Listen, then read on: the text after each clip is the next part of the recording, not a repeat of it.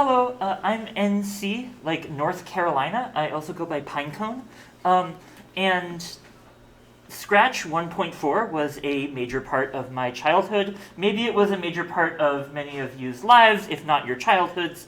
Scratch is a programming language created by the Lifelong Kindergarten group at the MIT Media Lab. In short, you use blocks and you put them together to put code into place. They are now on, I think, version 3.0, which is written in JavaScript, which preceded version 2.0, which was written in Adobe Flash, which preceded version 1.4, which was written in Squeak and Smalltalk. We will not be dealing with the JavaScript, thank goodness. We will not be dealing with the Adobe Flash, thank goodness. We will, unfortunately, be dealing with Squeak Smalltalk, but that does allow us to do some of the cooler things that we will be handling today. So, very briefly, Scratch 1.4 had a feature in an early version of it that was called Mesh. And the basic idea of it was, what if your project had a very simple way of sending data over a network to other projects that were running on other people's computers? They disabled this at the last minute. I am told to believe this is probably because giving children a network stack is a bad idea. However, that did not stop the children, I was there, from finding the feature in the Smalltalk code and teaching each other how to re-enable it and how to use it. So I'm going to give a tutorial on that here, how to open up a Scratch runtime. The package is still in Debian for 1.4, how to go back in and re-enable Mesh, and then how to use Mesh to do some basic Scratch networking, as well as some other ideas of things you could potentially code in this. So let's go right ahead and let's open Scratch. And we're just going to make it full screen. And the first thing we're going to do, we have all our blocks here, those will come in handy in a moment, is we're going to go to the logo in the upper left corner of the screen, and we're going to shift-click the loop in the R. That is, we hover over the R and its loop in the word Scratch, hold down on Shift, and click. And we get this menu. We're going to click Turn Fill Screen Off. And now the whole UI is kind of move-aroundable, and there's a little white area at the edge of the screen. We're going to click that area, and we get a menu. We click Open, and then we click Browser. This is, I believe, at least much of the code for Scratch. I never found out how much. That's kind of how this worked. You didn't think that much about what you were doing. You go to the left, you click Scratch UI Panes, you click Scratch Frame Morph, you click Menu and Button Actions, and you click Add Server Commands to. Now, I believe what we have here is a Boolean at the top that disables the entire thing. We're just going to switch true to false. And as we switch true to false, we're going to click the box at the top of the scroll bar on the left of the system browser with the code in it, and we click Accept. Now it asks me to type my initials, which I will do, and click Accept. Close this, and then we shift-click the R again, turn fill screen on, and if we shift-click here, we will see that there are two additional options in the share menu. One of them says Host Mesh, and the other one says Join Mesh. So I am going to host Mesh, and it's going to tell me that my IP address is 127.0.1.1, my favorite IP address. And now we have Mesh. I did this several times so that you don't need to see me do it again. And we're just going to open another copy of Scratch. This one has Mesh already enabled. And if we shift-click Share, we can join Mesh. 127.0.1.1. We should be able to join. Yes. And now these two are linked. They don't have to be on the same computer. They are in this case. They could be on other computers across the network. Right now I believe this is all hooked up to the hotspot on my phone. Now, what does it mean that these two are linked to each other? In short, it means that all control broadcasts go to all projects across the network, and all global variables can be accessed via the sensor block. So for example, if I do when I receive move 10 steps. This is a pretty simple script. It works as we expect it to. We can broadcast move, and the cat moves 10 steps. But we can also broadcast move over in this other project. In fact, it even already knows that move is one of the things that it can broadcast. So we broadcast move, and that cat keeps moving because the broadcast is being sent over a socket on the network. It's on port 42001. I do not know why.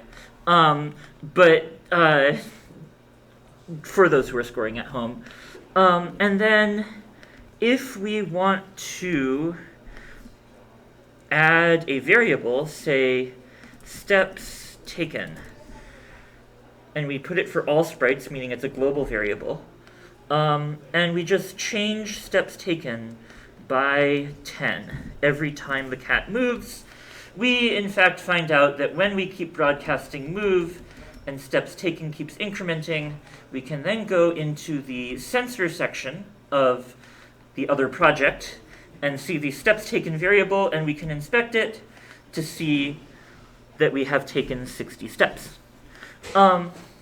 So you can do a few things with this.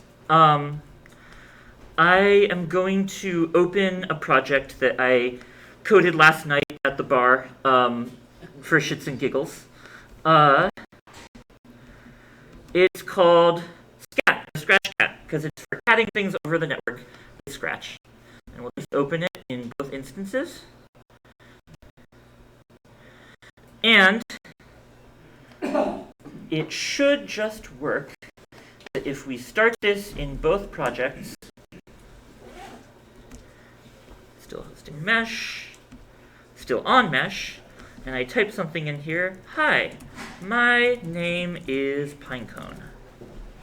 It appears on the other project. So now you have a basic chat system written in a programming language for kids.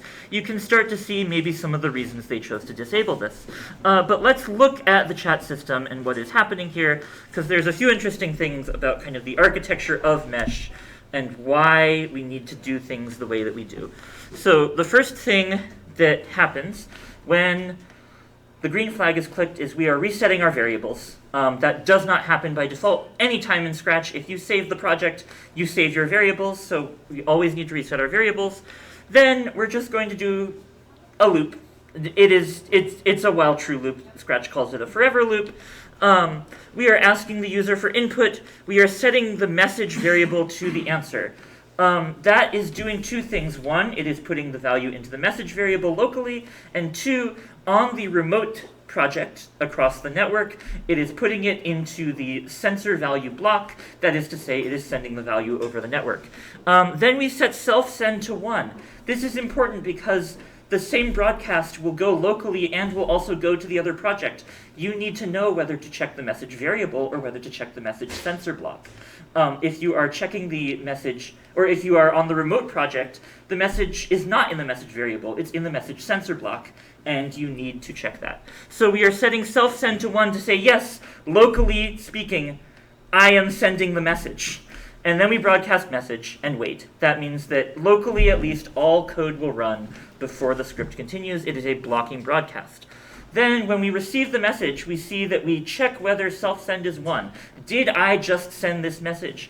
If the answer is yes, we check the local message variable and we add it to the list. If the answer is no, we check the remote sensor for message and add it to the list. And then finally, after we have verified that the local transaction has completed, we set self-send back to 0, and so that if another message comes in, we know to take it from the remote. Yes, there is a race condition in this in which if multiple people are sending messages at the same time, it will get befuddled. I haven't had that happen. It very much can. And that is about this script. It's a very simple implementation. You can get creative with it.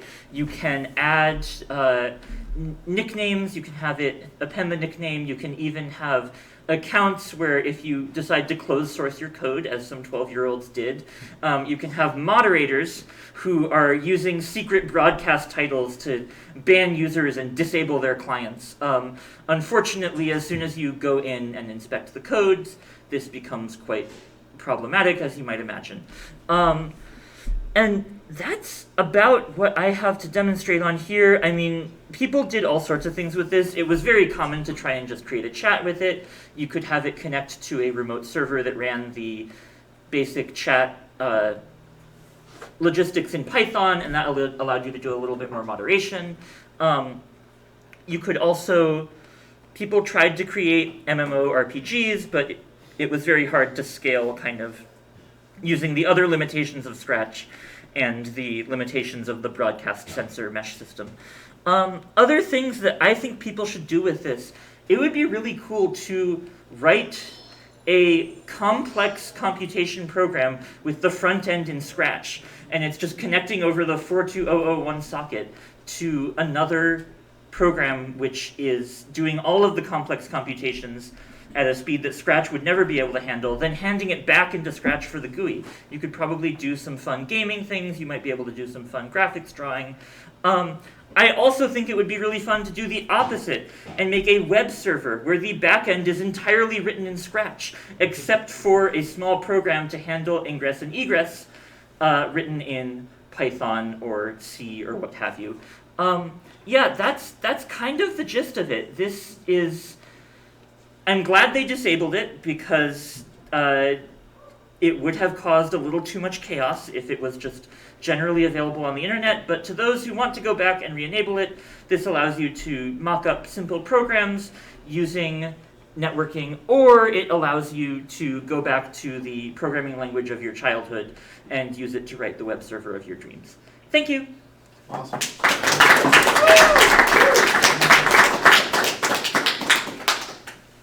All right. Thank you so much, NC. Did you have a... Yeah. Yes, please. Awesome. And what's your name? Morgan. Yes. Morgan Murrah.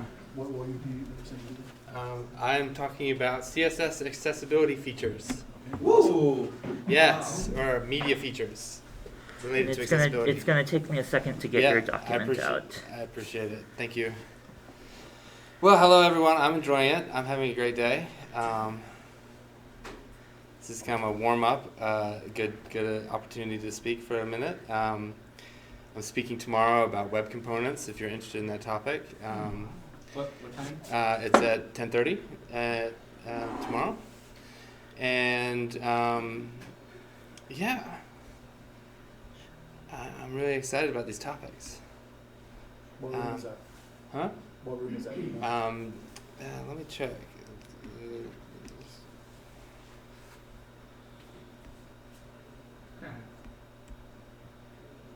I should have this off by memory, but it is tomorrow. That's not what I wanted. DMC 143 is me tomorrow, 10:30.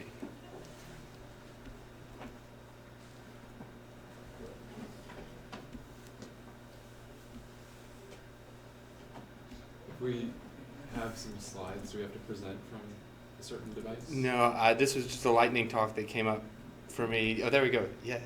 I will have a computer at my talk tomorrow, but MC, that's your name? NC, like North Carolina. NC is graciously allowing me to use their laptop.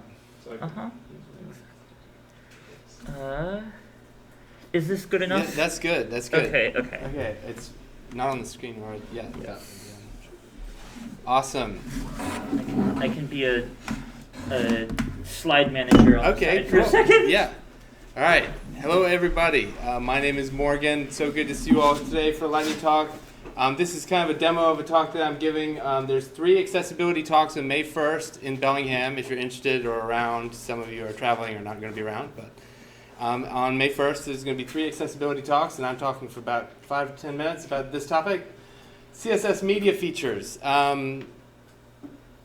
a lot of people don't necessarily put these together or necessarily think that they're related, but there are some really interesting and important accessibility concerns related to CSS media features. So, I have a story, if you go to the next slide, please. I can't show it to you now, but basically I was really excited in approximately December 14th last year. I was working on my website and I wanted to add an animation. I wanted to add a snowing animation, and I did. I found a web component and I customized it a little bit for a snowing animation. I was really excited about it, shared it, and then someone said, basically, I have a vestibular motion disorder and this has made me caused me discomfort and I don't want to look at your website anymore. And I was like, oh damn, I was like, I didn't mean to cause that, I didn't mean to do that.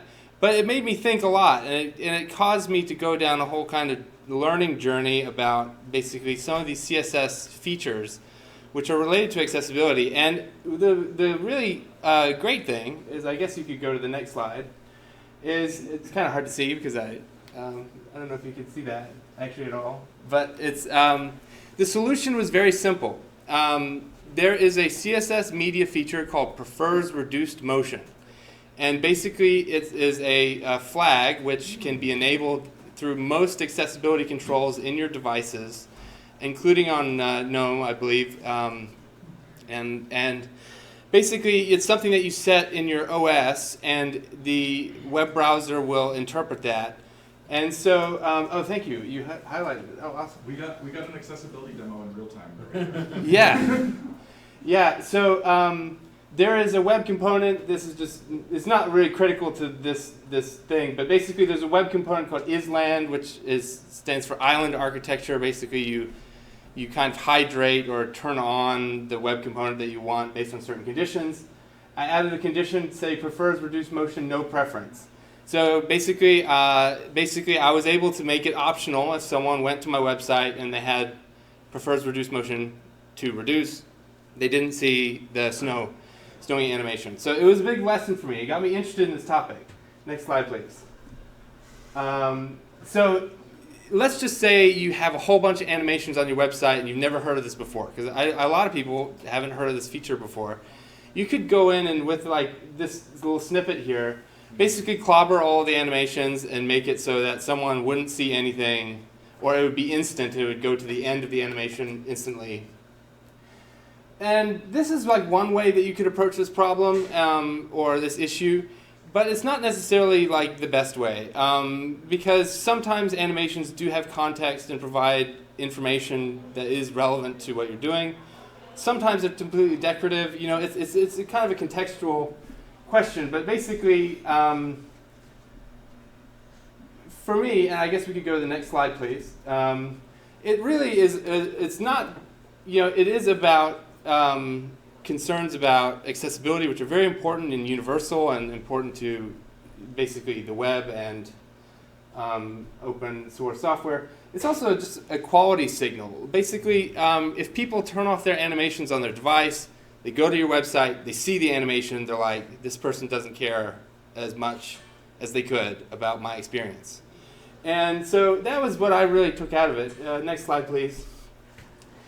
And then it gets really interesting and kind of murky with some of these different CSS media queries, which are very relevant because, I'm somewhat involved in standards, web standards processes. I contribute to the WC3 as just a contributor, volunteer, and prefers reduced motion. Really easy to do, really helpful for people with potentially really discomforting disorders and just people who don't want to see animations. They just turn it off and they just would prefer not to see them. Prefers contrast is kind of hard to say how useful it is because it gets complex because there's these related media queries, prefers reduced transparency, and forced colors.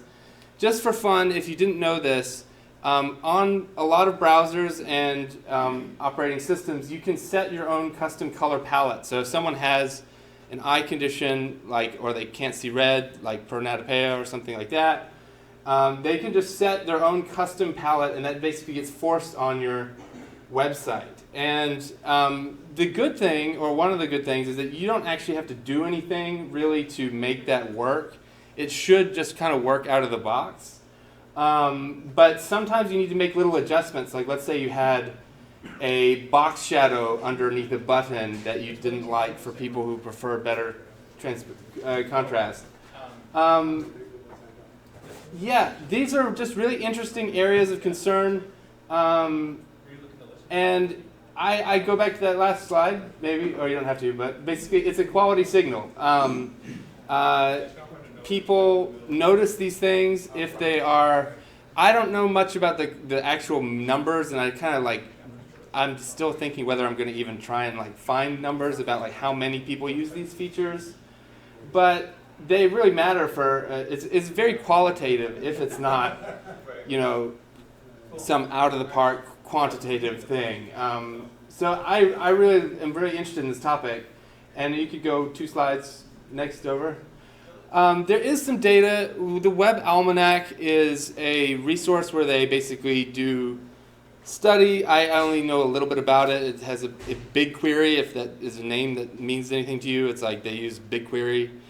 On a data set of approximately 18 million websites, it's the biggest, common websites. Prefers reduced motion is on approximately 50% of websites. So if you can start at the beginning, which is we want to ensure the good experience, but also you look at the what's out there, and you can start from there and say that people are basically putting more effort into some of these features than others.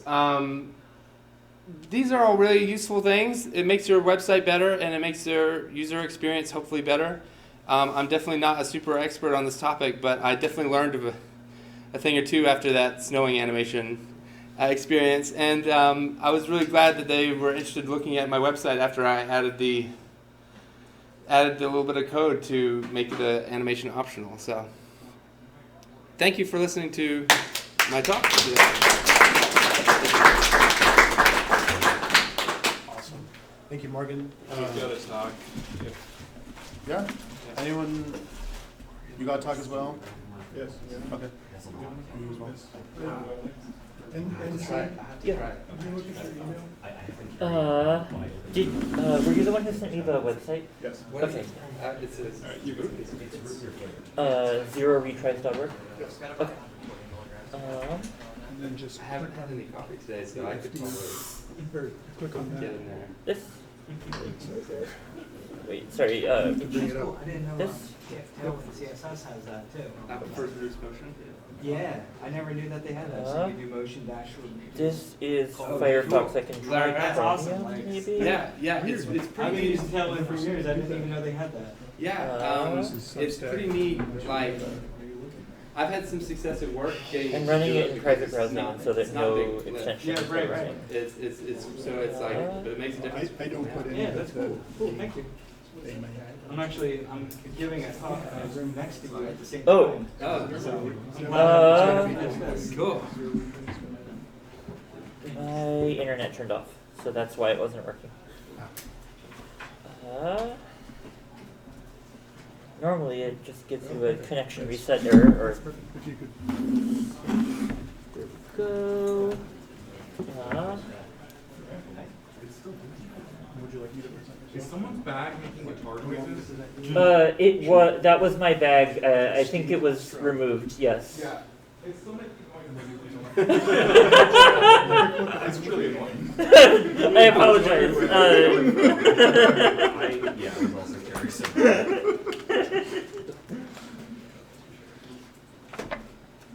I got to give a little bit of a tryout of my Bellingham codes SS story talk. So Love it. Yeah. yeah. Just one particular person found it useful, so I'm feeling really good. It's really good. That's the best outcome from this one. Yeah. I think this is fun.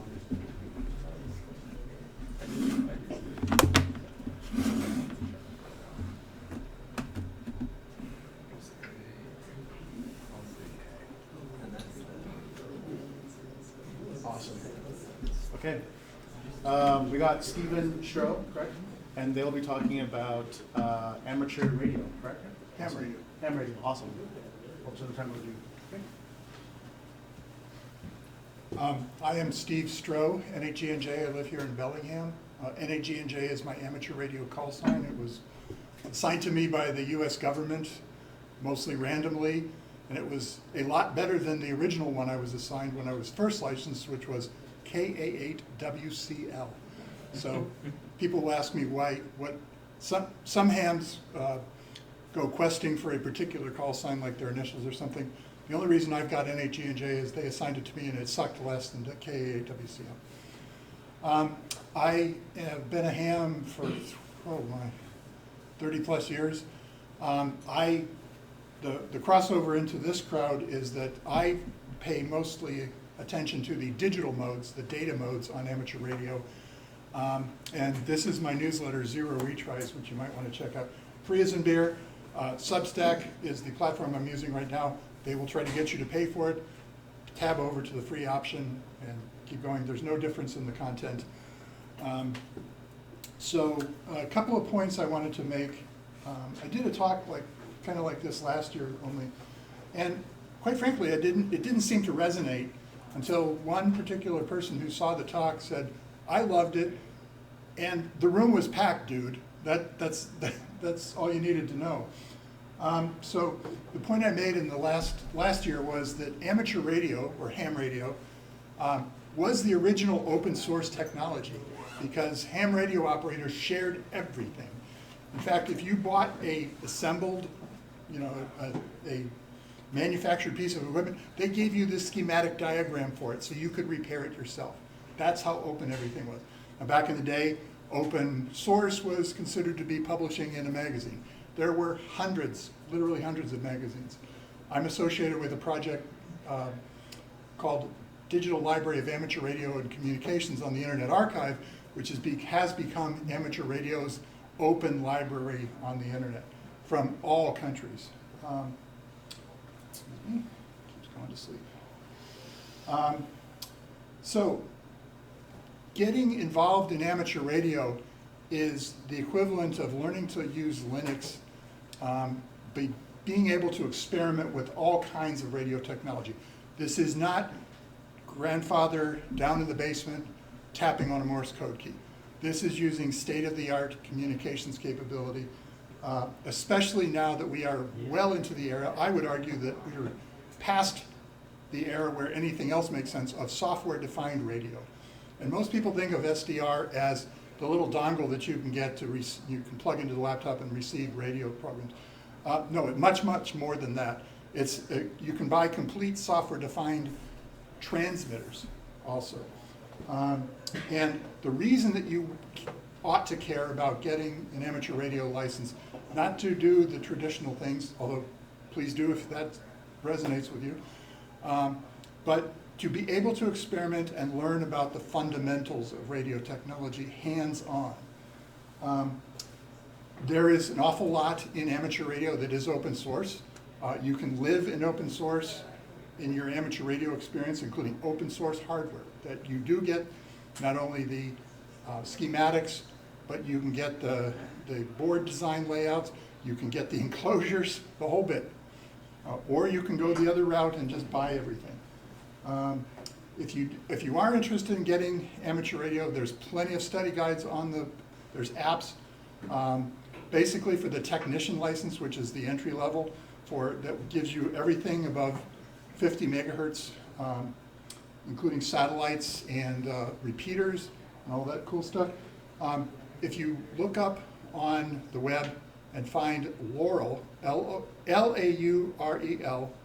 space VEC.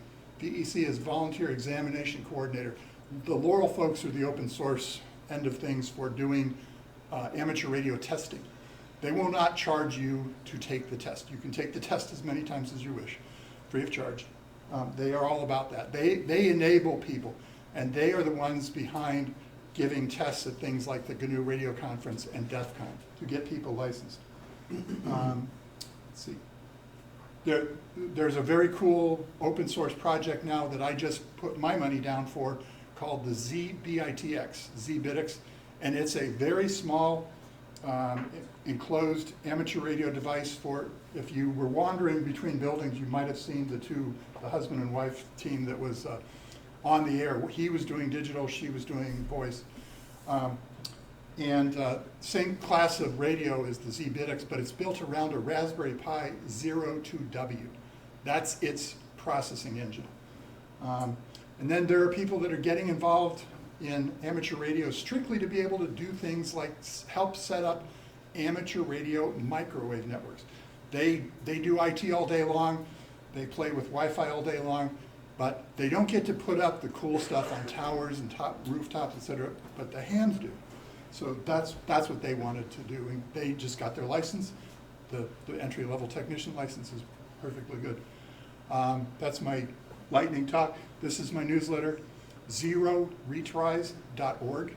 And for those that think it's a really weird title, zero retries refers to an old packet radio term where when you transmit the data burst, you put a CRC on it, and when you receive it, you check the CRC against the data, and if it is correct, if the CRC is correct, then no retries are required. So zero retries is the ideal state in a packet radio network, and that's what I strive for in the newsletter.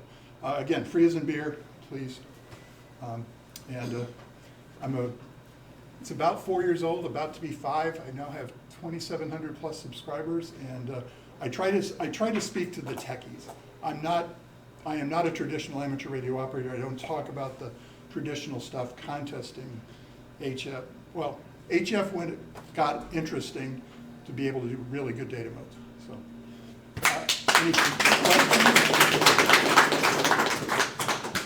thank you very much. Thank you so much. I was going to ask a question. Sure. Just like data rates, what are you able to get? Hundreds of megabits per second if you're up in the amateur radio microwave bands. Okay. We share some of the microwave bands. We have a small sliver on, it's exclusive to us on the 2.4 gigahertz band. Can't go very fast on that because it's not very wide. But yeah, getting higher up, we overlap some of the amateur radio privileges like at 5.9 gigahertz. So we are allowed to do things that the Part 15 folks, the unlicensed folks, are not. For example, we can run power. And the folks in Europe are using their microwave privileges to talk to a geosynchronous satellite. So basically go as fast as you can, and we're hoping that we get a relaxation of the rules to be able to use much wider bandwidths than we are currently allowed to, and I'm flailing away at the FCC to try to do that. You mentioned the Internet Archive. Like, I'm just curious what the community is like. Is it good? Like, you mentioned the publications that you're archiving about radios. Yeah. Like, how many people? Like, are they? Is it quite like? It's a grant-funded project that just got renewed, so there is one primary staffer and many helpers. Cool. Yeah, it was a funded project of almost $1 million 2.5 years ago. Now all of the infrastructure is set up, and the system is. I have donated, I'm not exaggerating, more than 300 pounds of paper out of my particular collection that has gone into the Internet Archive. So, thank you. Yeah. Thank you very much. Let's see. Thank you. I think we're good. Thank you, NC, for helping.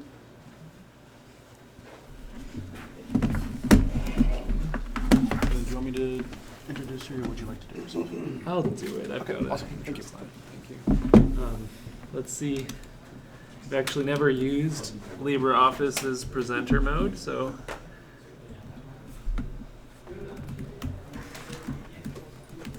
I'm gonna get my backpack behind you. Oh yeah. Thank you. Is this your water too? No. All right. So I think I need to do extend.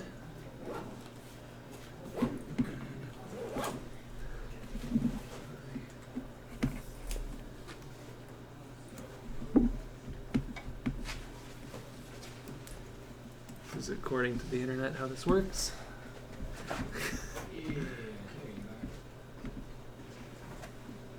Okay. So I have.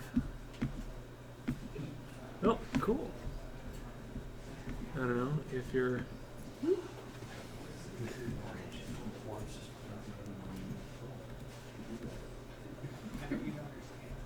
Okay.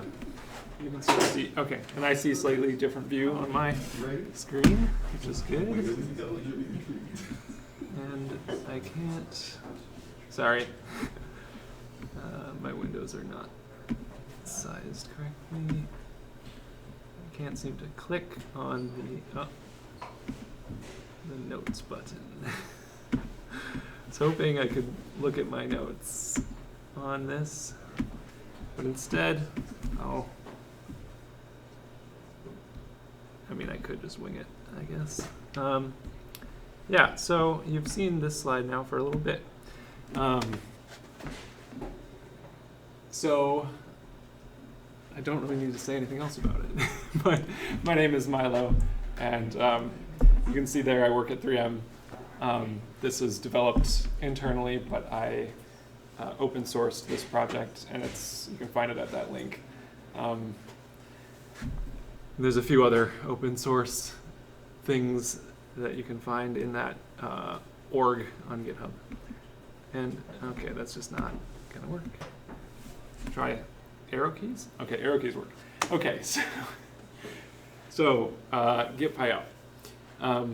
What's the use case? Let's say you work at a company and you're developing Python-based applications, and you are working with a bunch of people that don't code, and they want to use your applications, and you don't want to go around to everybody's computer and install it for them. And you also don't want to write long instructions that you have to keep updating for them to install it. You could use this or something like it, especially if you're writing a Python application, which is what I was doing. And that's why I wrote this, I guess. Right now, let's see. Sorry.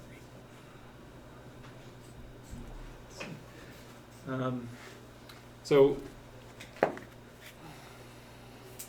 with this, you should be able to deploy any Python application, including like Jupyter notebooks, Qt apps, and Plotly Dash apps.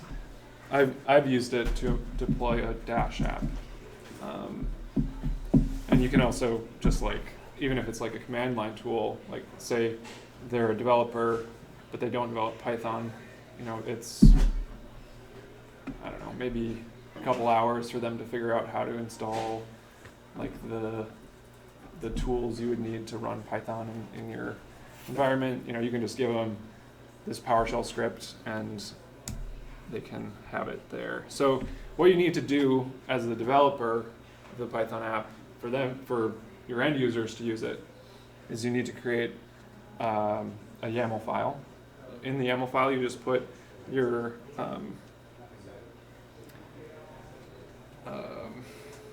the name that you want the application to have, and that's going to, it doesn't actually really matter what it is, it just needs a name.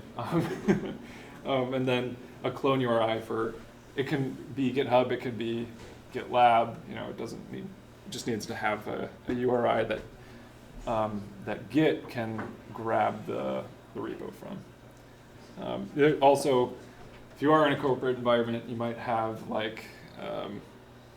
something like Zscaler or something that's messing with your HTTPS stuff, and that TLS bundle option that you see there, that's for that. If you don't know what that is, I wish I was you. And then you can also, if it's a private repo or something, you can put in the deploy key for it. And then optionally, and so that file you would distribute with the PowerShell script that I'll talk about later. And then the PowerShell script reads that file, and that does everything. This one, this YAML file is one you put in the repo, and that tells the PowerShell script how to deploy your app, like shortcuts. You could have a specific environment file that you wanted to use. You can have shortcuts that open a GUI app or just run a CLI or something. You know, it could be anything. So some of the drawbacks of this, it's written in PowerShell, which it was my first time using PowerShell, and it takes a lot more code to do something than it would take to do in Python. But it's built into Windows, and that was kind of the requirement that I had. Like, I just want it to work without them having to install anything. Just right-click it, run. I get to. I want to mention something about that, though. The Windows in corporate environments, and even just in like the Windows Home versions nowadays, PowerShell doesn't work right away. So there's another script that I have that you can distribute with it if you're in that kind of environment. It's just a batch file, because for some reason they don't lock out batch script or like the .bat files. So you run a bat file as an administrator or elevated user, and it like sets PowerShell up correctly in terms of the using like a signed script thing, because it's kind of sometimes it's like completely turned off. And then that allows you to run the next thing. So other drawbacks are it's using deploy keys, which you really shouldn't like distribute to a bunch of machines, but you can. And I won't say whether or not I'm doing that, but you can. And the other thing is that it's right now it's Windows only. Technically, PowerShell is supposedly available for Mac and Linux, which I have not tried. It is. Yes. And you've tried it? Yes. We've created a Windows lookalike machine that is run with Fedora, KDE, themes like Windows 11, VS Codium, PowerShell. Ask me about it another time. Okay. That sounds like a good idea. That's It could happen. yeah. So so maybe in the future there are a lot of developers at 3M that are starting to use Macs too. So that would be kind of the end state. Oh, the other drawback that I'm pointing out here is right now it's all running in the terminal. The people that are installing it might not be the most comfortable with the terminal or the shell, and so even this thing that is supposed to not have instructions sometimes has like a PowerPoint that goes with it that's like just kind of the steps go. Yeah. The second optional YAML file, is that sort of required to accelerate or make easier the installation on each client machine? Yeah, and kind of my vision for that, if I work more on this, is to allow it to like configure all the options. Because right now, I give the user options as it's installing. First one is, do you want to do a multi-user install? And in that case, it installs to the right directory in Windows that, like the not user data folder, like the program files. I don't remember actually what it's called anymore, but the directory in Windows where they usually install multi-user apps. It takes much longer because Python, well, Conda or MiniForge, which is what it's using, doesn't like to install for all users very easily. So you kind of install it in that directory manually, and then it goes through and makes all the files open to everybody on the computer. And that takes some time. So that's why it's an option. So But Gary, you go ahead. that was my pre-question. Yeah. My actual question is, can you wrap that all up into what you would, like, the bash equivalent might be like echo-en, the entire contents of that on a line, piped to the actual, like, The script. PowerShell Yeah. run, and then for them it's just in a little box that they hit the copy button, and they don't necessarily know that it's, you know, like 1,000 characters long. It doesn't matter to them. They're just copy here and then middle click in the PowerShell window, and then boom, all this stuff comes on the screen. It writes the YAML file and then runs it through PowerShell and just goes. Yeah, yeah, and yeah, if I think kind of what you're imagining would be like maybe a website or something that they could go to. It's on our internet even. Yeah. That they click copy and paste. Or yeah, wherever the instructions are. Like, Yeah. Like you mentioned a PowerPoint, but Yeah. wherever that source is, like just go to this place, and hopefully they don't have to follow a bunch of directions. It's just like just click this, open PowerShell, paste it, and Yeah, you're good to go. yeah, and with this, right now they don't technically have to open they're right-clicking the PowerShell script and hitting run with PowerShell. So like that, I don't know if that's easier or harder than opening PowerShell and pasting into, Oh, okay. I don't know, It would be easier because then they wouldn't have to download the PowerShell script, because I could probably pipe And then in potentially find it. that whole thing and not use that bad Yeah. file. Yeah. Yeah, good idea.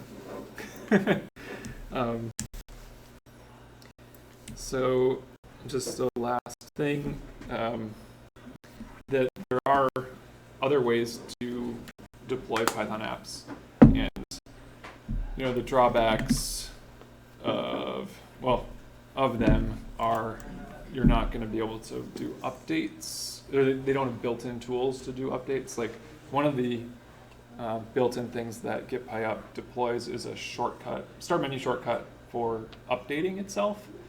And when you run that, it does a git pull on the repo, and then it asks you if you want to update any of the apps that you've installed, and it goes through them. You can install more than one application with this. And so it'll go through them with just like yes or Y or no, Y or N prompts in the terminal, asking you if you want to update them. Is there also an A option for all? For all? No, I don't have an all option, but that's, yeah.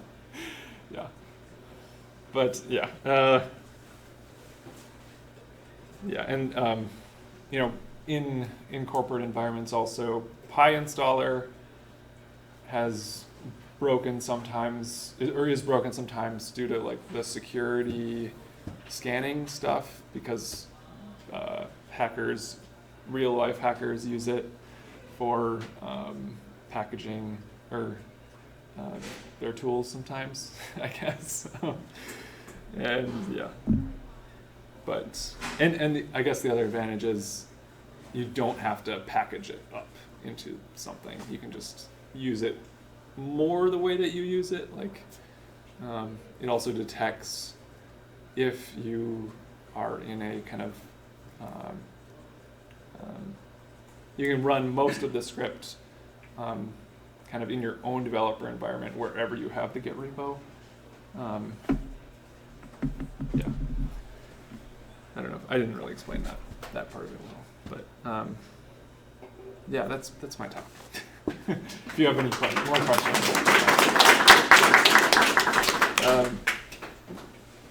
Yeah. Awesome, thank you, Milo. Anyone else in there? Yeah. I have a question. So I have two potential lightning talks, so I'm just gonna let you all vote which one you want to see. Okay. So options are the Open Telemetry Heroes Journey, or DevOps is a foreign language, aka why there are no junior SREs. So you want to hear about Open Telemetry, or just like how we learn things? Telemetry. I didn't understand the second one, so the first one. Open Telemetry it is. All right, cool. And I'm also talking more about OpenTelemetry tomorrow morning at 10:30. So if this talk, like I don't have a lot of time to like get into what it is.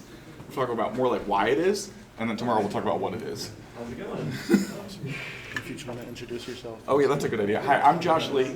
I'll probably have a slide with that. Let's see. Okay. Yeah, I think my name's on here. Yeah. Nope, that's the wrong screen. Are you using LibreOffice? No, I use like a program that has it creates like an extra display. For screen sharing, it's useful, but oh, I see. No, embarrassingly, I'm using Google Slides, not LibreOffice. Yeah, I know. But it's nice to for collaborating with other people. It's nice. Displays.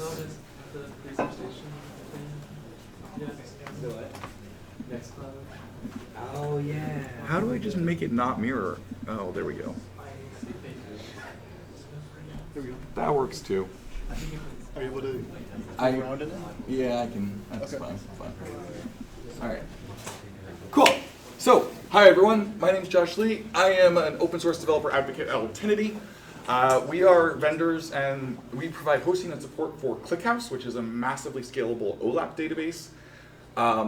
It's kind of related to OpenTelemetry in that a lot of observability platforms use ClickHouse as the destination that you're going to send your billions and billions of logs and traces. But other than that, I'm not going to talk about ClickHouse. I'm going to talk about OpenTelemetry. So, who here is familiar with Joseph Campbell's hero's journey over here on this slide? Yeah, okay, so for those who aren't, right, this is basically like how stories are built, right? Whether we're talking about like Homer or Marvel. This is kind of the journey that heroes go through in pretty much every story. It's the hero's journey, right? I think a really good example of it is the Lord of the Rings, right? So like Bilbo leaves the Shire, and right, you immediately start to encounter like strange things once you leave your home, and you go on all of these adventures. You meet these fantastic forces. Maybe you meet a wise mentor who helps you overcome some of the challenges, right?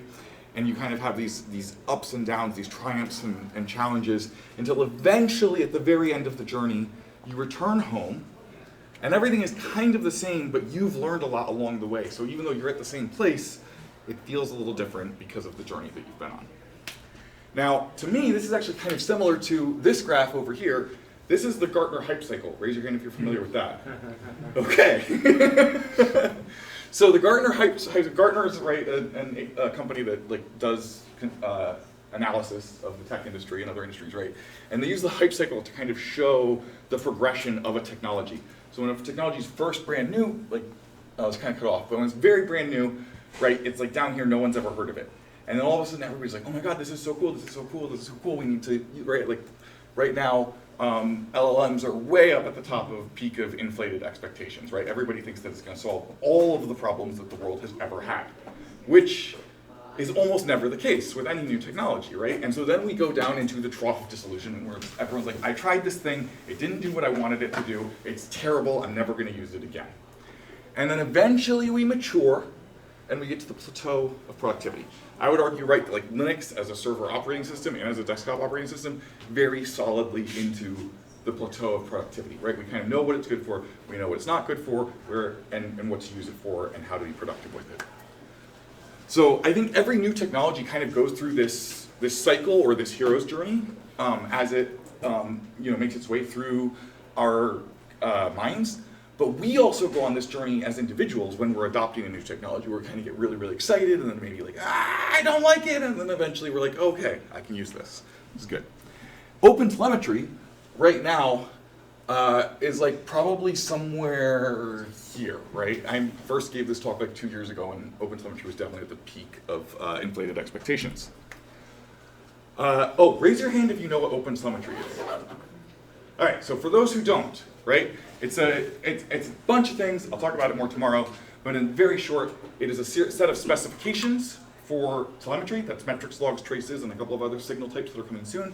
And then it's some libraries and tools, right, that you can use either in your servers or in your programs to work with those signal types. This is from 2 years ago, almost 2 years ago, right? So this is where I think we can see that OpenTelemetry was quickly entering the trough of disillusionment at this time, right? And people are just complaining about, right? I could find tons of threads where people are just complaining about why can't OpenTelemetry do this? It's hard to use, it's confusing.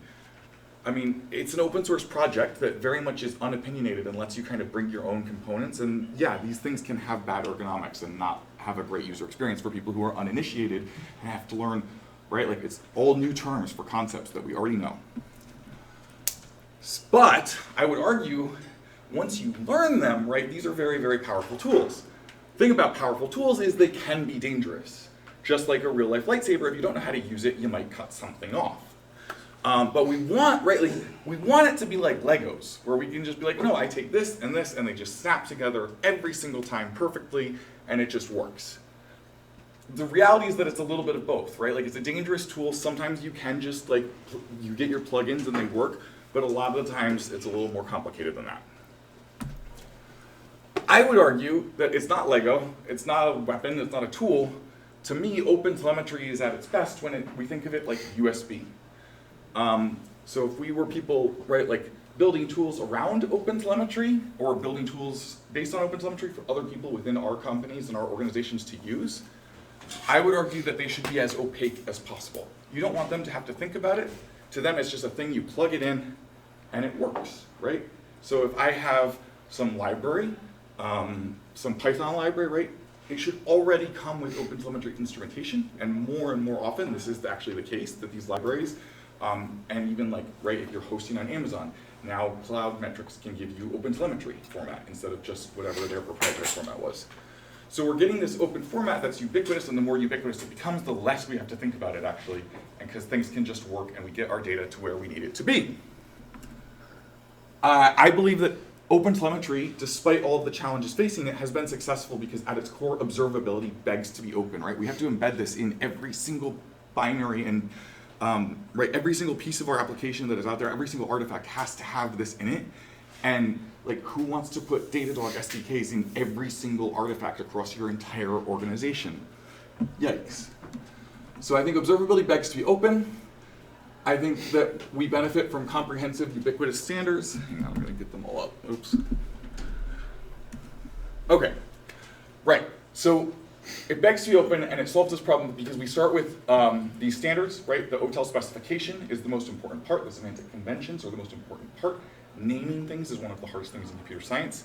It's a huge challenge in observability, right? Like even the differences in a Prometheus time series between like, did you use a dash or a dot or no dot? And then all of your metrics are thrown off, right? So we have now common standards. Those give us portable primitives that we can reuse from tool to tool. Those give us interoperable tool chains. I think one of the coolest things about the vendor neutrality of OpenTelemetry is that now organizations can use, it's not about being able to switch from one tool to another, it's about being able to use both of them at the same time. So now everybody in your organization gets to use the tool that they want to use based on the same set of data.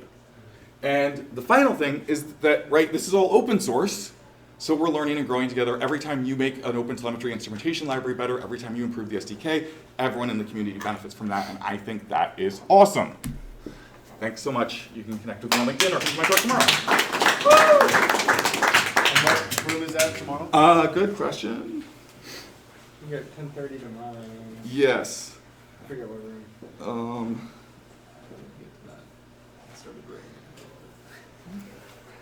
I can't load it, but does anyone else have the schedule up?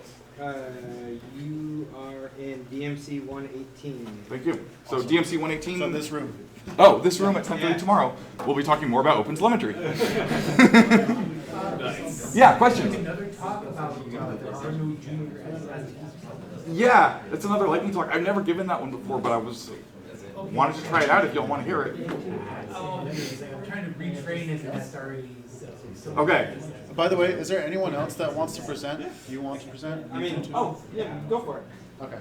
So I'll go him because he's been waiting for a while. Yeah. And you, and then. Okay. Sounds good? You want me to go again and Yeah, come sure. back? Okay. Okay. Cool. Good luck. All right.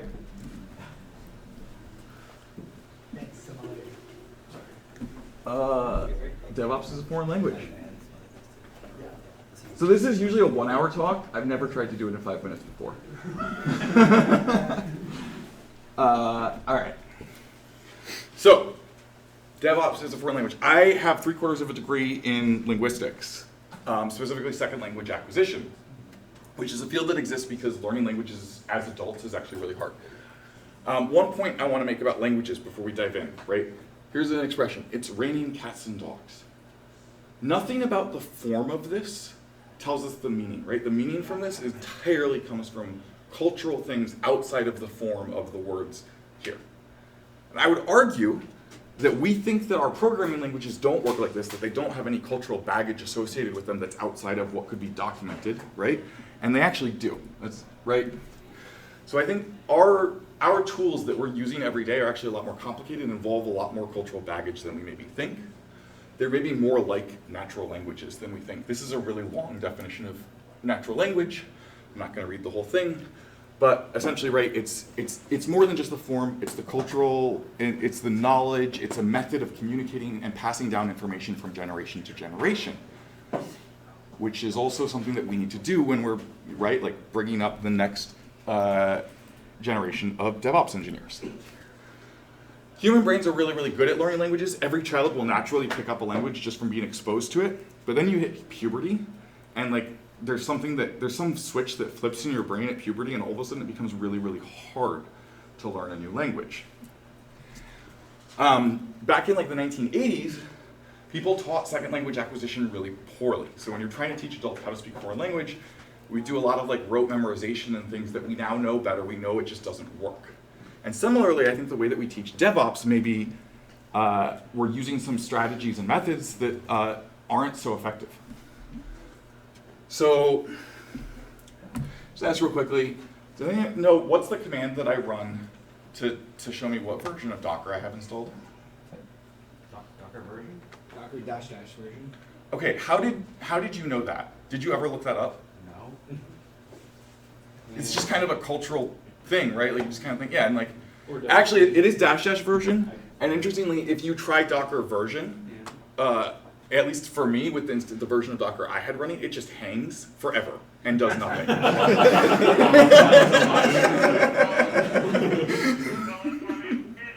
So, we're not talking about complicated things here, right? Like this is like step one in I'm reading the documentation and they told me to do this, or like, right, like I want to make sure I'm using the same version as their requirements, and all of a sudden I'm stuck really, really fast in this process.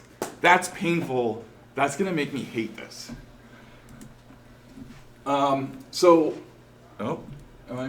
So like most of the time we kind of acknowledge that we need a gentle on-ramp to learning things, right? Like we need training wheels. And we need to go kind of step by step, layering on knowledge. I think this is more like how we learn DevOps, especially if we're talking about Kubernetes, right? Like, there's a lot of stuff going on there that's like, why? I don't understand this. But you will eventually get to where you're going, right? You'll eventually get there. But yeah, you don't need all that. So, okay, my hypothesis is that we need all of this cultural knowledge, right? As we're learning. So like you can't just go to a 6-week boot camp that gives you like programs the documentation for React into your brain and now you're a software developer. It doesn't really work that way. So we're gonna talk about how can we actually do this differently. This is actually the meat and potatoes of this talk, is some lessons from Stephen Krashen. So he wrote a paper in the 80s about how adults could learn foreign languages better. I think we have some lessons to learn from this in terms of how we teach DevOps. So he had 5 hypotheses. They're kind of all grouped together under the input hypothesis, if you want to look this up. But the first one is the acquisition and learning hypothesis, the comprehensible input hypothesis, that's sort of the overarching one. I'm going to go into each one of these in detail. The natural order hypothesis, the monitor hypothesis, and the effective filter hypothesis. So acquisition and learning, right? This is very basic. We need to do book learning, and we need to actually put things into practice. And that's how we actually integrate the knowledge into our understanding of how the world works, right? And I would argue that's actually a loop, right? You need to do learning acquisition, you integrate that knowledge, and then you sort of like circle back through the same topics, and you're layering on more and more of a deeper understanding each time that you do that. The comprehensible input hypothesis. This one I think is really, really important, and I think this is one of the most challenging ones with the way that our tools work today, because our tools are so complicated and there's so many layers, right? There's no one person who can tell you from the high-level programming languages that we use down to like the instruction sets on the CPU. That's multiple PhDs, right? So understanding the whole thing is impossible. How do we narrow it down so that people can understand just the piece that they're working on? This is the best example I can come up with to visualize this. If you speak Spanish, please don't answer, no cheating. If you don't speak Spanish, can anybody tell me what caballete means? Just by looking at this sentence. Anyone? Yeah, that's a good guess. That's a good guess. Now can you tell me what it means? Easel, yes. So when we have our brains are really, really good at pattern recognition. And when we're missing just 10% of the information, our brains are really, really good at filling that in. Much better than when we're just looking at a whole sentence of things that we don't understand, right? The natural order hypothesis. So this comes from psychology, right? Like I had that slide that showed the second language acquisition combines some psychology and neurology and sociology. So from the neurology, we know that there's like a mechanism inside the brain that actually kind of flicks switches on in a specific order as children are learning languages. We can kind of follow that natural order when we're trying to learn languages as an adult, and I would argue that we also kind of want to think about this order and this progression when we're teaching DevOps. Who here plays Crying Sons? Anyone? Okay, this is the tech tree from Crying Sons. I think it can make you cry. It's overwhelming, right? Kind of looks like this. Who's seen this before? Yeah, this is the CNCF landscape. And this is the simplified version, right? They spent 9 months simplifying it and reducing it down to this. These are all awesome tools, right? Like I don't need to bash any of these tools. These are great tools. But if you're brand new to this world, this is absolutely overwhelming. I think this is a little simpler, a little bit easier to digest. This is from Civ 5. So unlike the Crying Sons tech tree, right? Like you have to start with agriculture because everything is based on that. Like maybe in DevOps, that's like Git, right? Like you just learn Git. Okay, we're gonna teach you Git. And then it starts to branch off, but it's not wild, right? It's like, all right, next I'm gonna learn Docker, or I'm gonna learn a specific programming language and its runtime really well, right? It's not an infinitely sprawling canvas of things that you could potentially learn. And I think that as seniors, we can kind of help narrow this down for the people that we're trying to bring up in the industry. The monitor hypothesis, this one really quickly, right? Basically, we all have a thing in our brain that tells us when something is wrong. The only way that this gets trained is by actually making attempts. And I would argue that sometimes the tools that we use, right, like if I'm talking to someone and I say, and I'm trying to speak Spanish and I say like, or Italian, I say preservativo, right? That means a prophylactic, not a preservative. But if I'm in a kitchen and I say, hand me the preservativo, the person that I'm talking to isn't gonna hand me a prophylactic, they're gonna know what I mean and hand me the jam. Computers are not that forgiving, right? If you type in the wrong thing, maybe you get a meaningful error message, or maybe like the Docker version thing, you just get nothing and it just stops. So you have to be exactly precise or the computer doesn't do what you want it to do, and that makes it really, really hard to just kind of like try things out and see what happens and train that internal monitor. So we do need to both be brave in order to try things out and also like have feedback, but not so strict feedback that it prevents us from experimenting. Oh, that was weird. Okay, so the effective filter hypothesis. This is the last one and the most important one. This is true for anything that we're trying to learn. Your mood dramatically affects your ability to learn. Your motivation also dramatically affects your ability to learn. So what does this mean? Well, oh, I deleted my slides. Okay, I tried to make this too short. I'll just talk about it. This means, right, we need to, one, understand that the people that we're working with are humans and they're not going to be at the same level of capacity every single day. And two, we need to provide a safe place for them where they know that they're not going to, right, like bring down production systems because they tried something out. You need to like eliminate that fear and also give them a motivation. So for me, that's like do a side, don't just follow tutorials, do a side project that's meaningful to you if you're trying to learn something new. Give yourself a real goal that actually gives you some motivation to get over some of those pains that have not been ironed out in the learning process. I would argue this whole talk is kind of about platform engineering, right? Like if you're an SRE or in DevOps role, you can kind of apply some of these lessons to how you build the platforms that your developers or engineers are going to work with and make it easier for them. This is a quote from Hazel Weekly, by the way, who's speaking elsewhere here today and tomorrow. She's great. And I think we already had this all figured out once upon a time. Like when I was learning this stuff, it was a lot easier. This was my first platform. I had CI/CD. I had observability. Yeah, I don't think we need to like go back to GeoCities, but I do think we can make this fun again. I think we can make it easy enough that every 12-year-old on the planet can teach themselves. And that's my talk.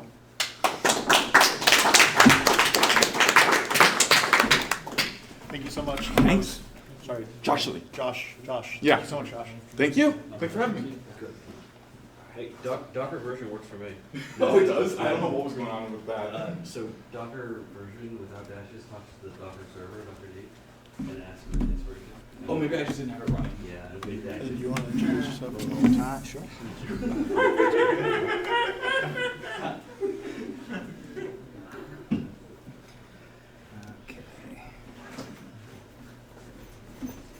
You got me though. I thought I got it wrong. Yeah, no, it's like, I must have not had A work computer here?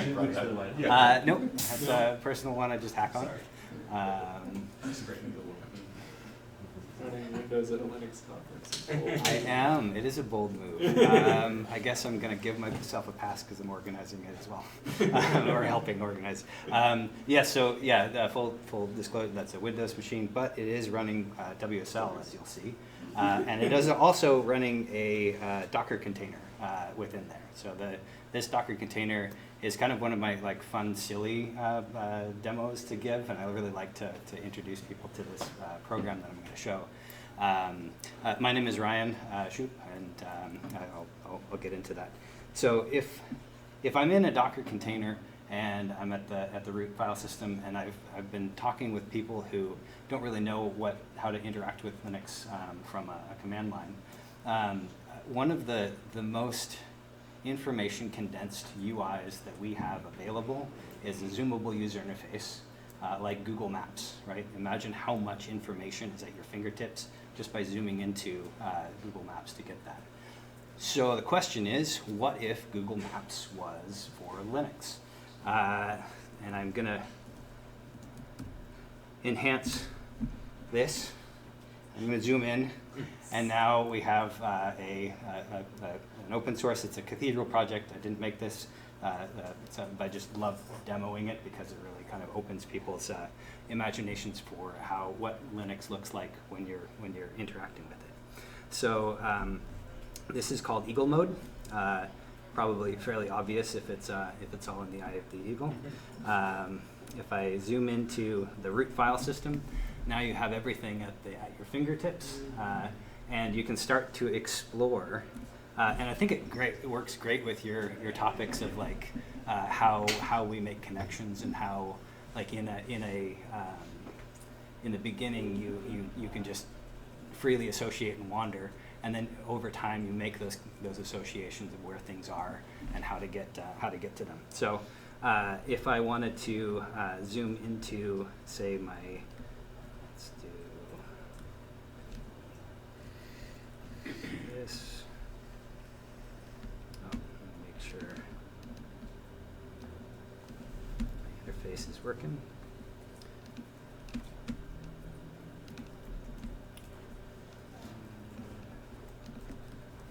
Control out of that and zoom back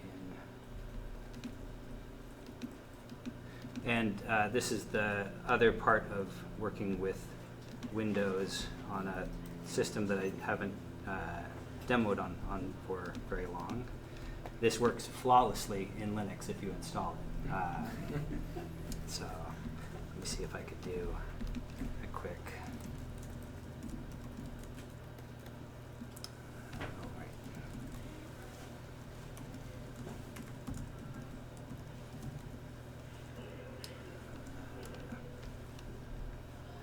That's probably what's going on there.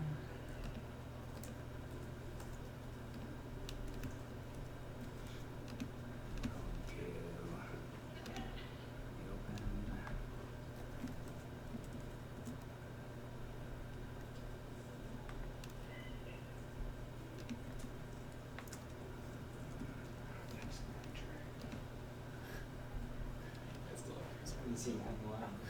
Still use Windows over.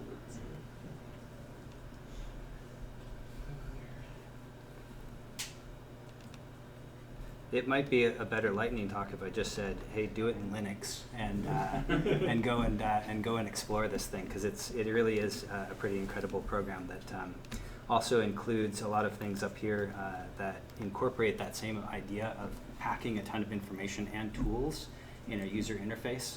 So if you zoom in, you can select multiple directories and files, and you can do operations on them contextually.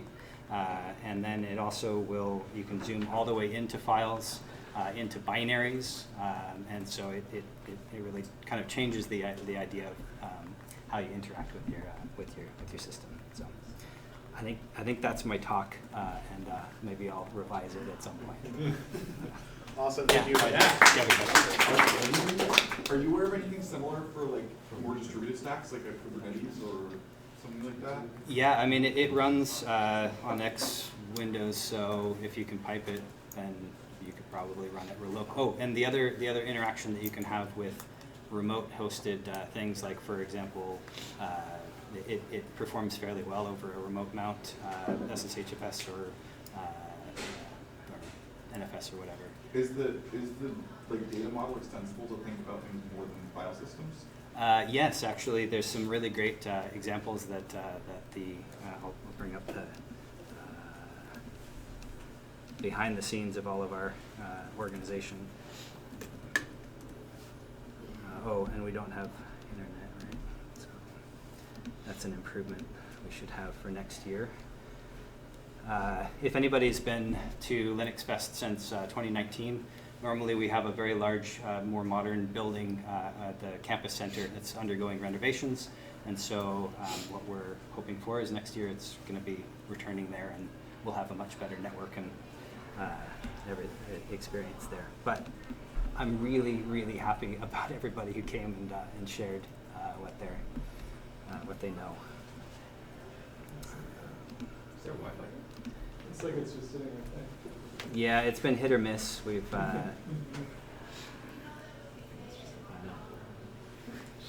Someone download some more internet.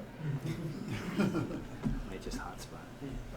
Well, I think there was one more talk, so I could let you take a look. It's just Eagle Mode, all one word, and you can look at their website. There's a lot of great points to be made about zoomable user interfaces in a lot of different contextual users. Yeah. So. Awesome. Yeah. Very cool.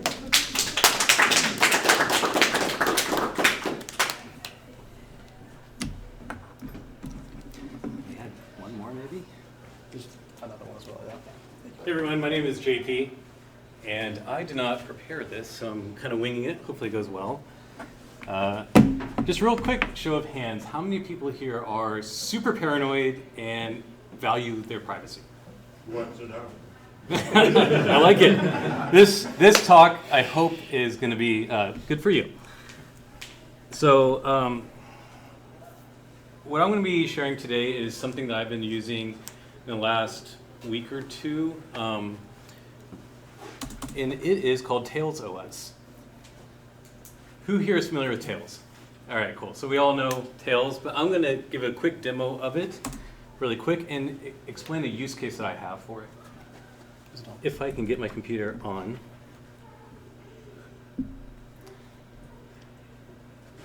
Is it just HDMI there, or do you have USB-C? I think, do we have USB-C as well, or just Yeah, HDMI? there's an adapter for HDMI to USB-C. Okay. So you're hanging around. All right. So Tails OS, if you don't know, is an operating system that you can load on a USB drive. And you plug it into your computer and boot to it, and it leaves no trace. It is what they call an amnesiac operating system. So it does its best to have secure defaults so that you don't have to go in and like monkey with things and try to get it to be super secure. It is secure by default. So you plug it in, and by default, it uses the Tor network. So even if you're online, your internet traffic is going to be obscured. And I think Tails, I don't honestly know the history of Tails, but it seems to me that it is an operating system that's really built with like an activist or kind of like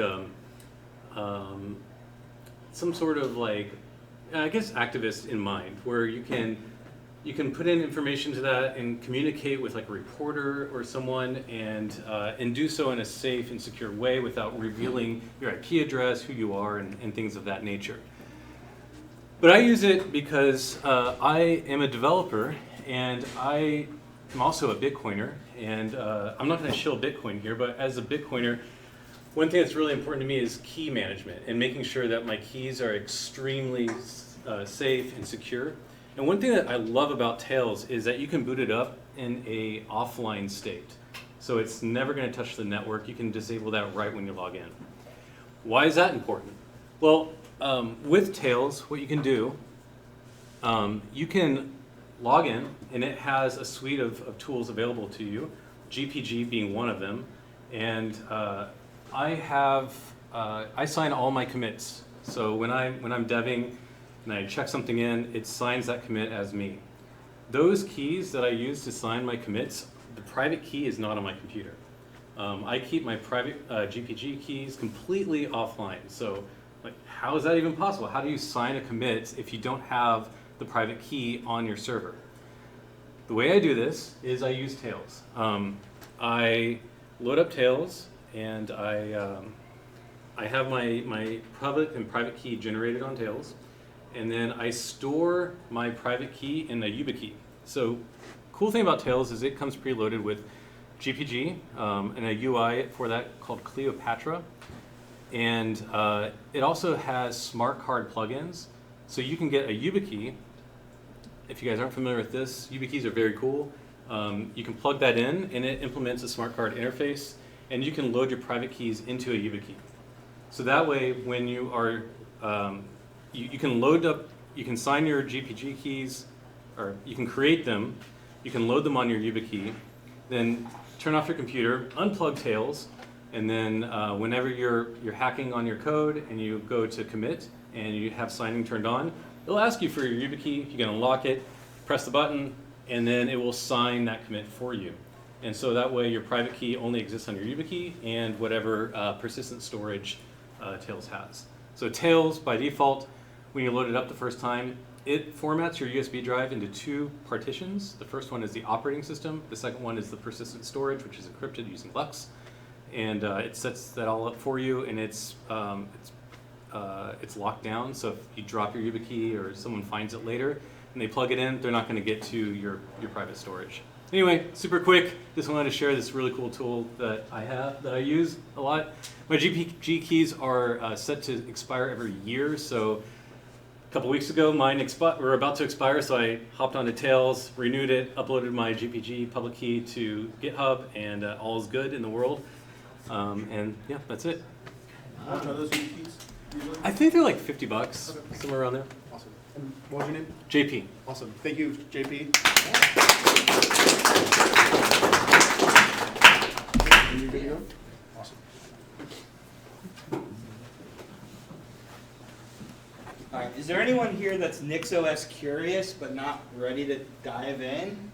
Or are we all Nix nerds, or? Yeah. All right, I could do a taster of what I'm doing tomorrow, which is building a Chromebook replacement with NixOS. That kind of presumes you already kind of know NixOS. I also have another one, which is kind of like why you should love NixOS. So, any votes for? I'm moving to the first one, but as Okay. I already know NixOS, if other people don't. I want the Chromebook one. Was that your one tomorrow? Yeah. So this is a taster of the one that's tomorrow. Okay. Also 10:30 tomorrow. Everyone's going at 10:30 tomorrow. Well, it's like a sampling. It is, yeah. Yes. Ruh-roh. I kind of want to bring even I personally want to hear the first one, but I think we should do the second one. Yeah, that's why I was Are you showing the second one tomorrow? No. No, well, the Chromebook one is tomorrow. Then just What? do the one that you're not showing tomorrow. Yeah, so the first one I talked about was called 5 Reasons to Love NixOS. It's the one I actually gave here last year. And it's basically like 5 things that NixOS is just awesome at that you don't get with other distros. I don't know why I'm not getting any signal. Wait for it. Yeah. So here's NixOS store. No.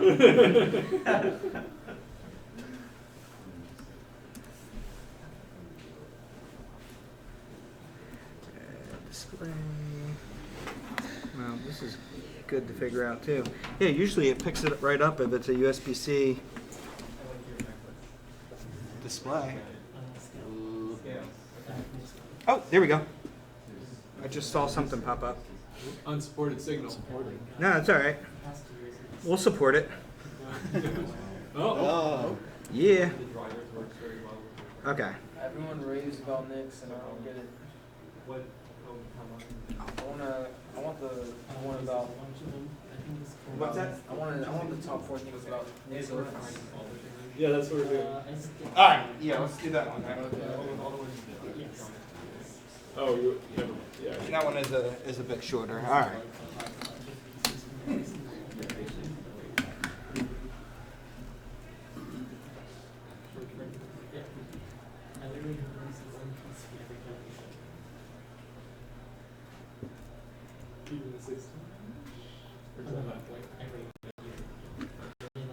I'm also a heathen using Google Slides. There we go. Okay. So yeah, I gave this talk last year because I kind of discovered and fell in love with NixOS, and yeah, so I just kind of wanted to share that with the world. So immutable. You know, channel your inner bad in there. It just seems to be everywhere these days. So everywhere you look, there's immutable distros, right? So there's like Silver Blue and Vanilla. And of course, this is last year, right? Is Vanilla? I don't know if it's still a thing. But either way, there's no shortage of immutable distros out there. And I remember when I first heard about it, I'm like, okay, yeah, all right, this kind of sounds like a pain. So, you know, roughly how a traditional OS works is, you know, your packages are installed, maintained by the package manager. You know, the user can directly modify those things. And so, yeah, it's all the dependencies. It's all managed by your package manager, right? And we've all been in dependency hell as well, where you remove something and something else removes or doesn't get removed, remnants of systems left over. And again, you are just modifying the system directly there. And so an immutable system kind of works where your core system is kind of one unbreakable package, and then you have your like little apps and containers and everything on top of that that you can go ahead and mess around with. And that has a lot of positive implications on stuff you can do, like rebasing and it just overall stability. And so, right, so like why do people want to do immutability in the first place? You know, there's security benefits to it, there's system stability, simplified management, reliable, predictable like performance, easier upgrades and rollbacks as well.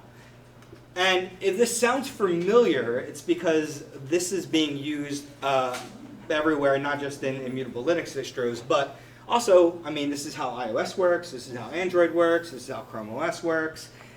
These are kind of proven technologies that people use, that, you know, these things have been using. I mean, I don't know the last time someone's updated their phone or Chromebook and had it not boot up, you know? But I think we've all had a Windows update or like an Arch update or something go sideways and we're like, uh-oh, and then you gotta go back and fix it. So what's the catch? So here's my problem with immutable distros. When I first saw it, someone's like, oh, immutable, this is great. Yeah, Silverblue, great. And I was like, cool. I'm gonna install Silverblue. I'm gonna do this, right? And you know, the use case of a phone or a Chromebook is very specific, right? You're like, okay, you can open this up and log in, or your phone is just gonna run certain apps. The problem is computers, we want it to do different things. We want to do all kinds of different stuff with our computers, right? So the use case is quite a bit different than like a phone or like a netbook type of thing. And so it's very limited to what you can customize. Now Silverblue, again, and this is at the time last year, I know there's things like RPM OS tree where you can like layer things on top, which is one way to do it, but even they are like, it's a little messy, and it was pretty cumbersome. And the other thing is just containers all the way down. So everything you want to do, get in a container. And I put that image up there because when I used Silverblue, it felt like I was sitting on my grandma's couch that was covered in plastic, and I was like, okay, I understand that this protects the couch, but I don't like sitting on it, right? So NixOS, when I discovered NixOS, I blamed the Linux Unplugged guys. They got me into it, and I was like, fine. I reluctantly looked into it. And it was a little different, because in NixOS, what happens is you decide what's in that base image. So Silverblue is like, cool, we're going to give you this image. And then you can just layer what you want on top of it. Well, in NixOS, you get to decide what's in that base image. So that base image, you get to say what's in it. You can still put your containers on top. You can still put your Flatpaks on top. You can still do all that kind of stuff. But you kind of declare what that core image is. And what that means is that everybody can have their own bespoke, immutable distro, basically. And so I kind of boiled down to, like, in my using of NixOS, boiled down to the things I love is desktop hopping is better than distro hopping, stable and rolling releases, right? Self-documenting system, Nix shell keeping things clean, and generations are better than snapshots. So I'll go through these real quick. So desktop hopping, right? So who here is a distro hopper or has been distro hopping before? I mean, yeah. I still remember my wife catching me in the middle of the night one time flashing USB drives like crazy, and she's like, what are you doing in here? And I was like, I'm a distro hopper, honey. So it was bad, right? So, but I realized that most of the time that I distro hopped, I wanted to experience different desktop environments. It wasn't so much that I cared about the differences between Pacman and DNF and apt. I don't kind of care, but not really. I really want a new experience, right? I want to experience different desktops. And so NixOS is not, there's no preferred desktop to have with it. NixOS, just like Arch and stuff like that, you can install whatever you want. And what's cool about it is the way that NixOS does this is when you declare what desktop environment you're using, you build your NixOS base image that I was talking about, it uses that desktop environment. Now if you switch that to say, okay, now I want Plasma, when you build that, it rebuilds the whole system without GNOME and with Plasma. So you don't have any of that weird leftover package stuff. If you've ever tried to like swap desktop environments inside of a traditional Linux distro, you always get those leftover packages, and it's always a little bit janky.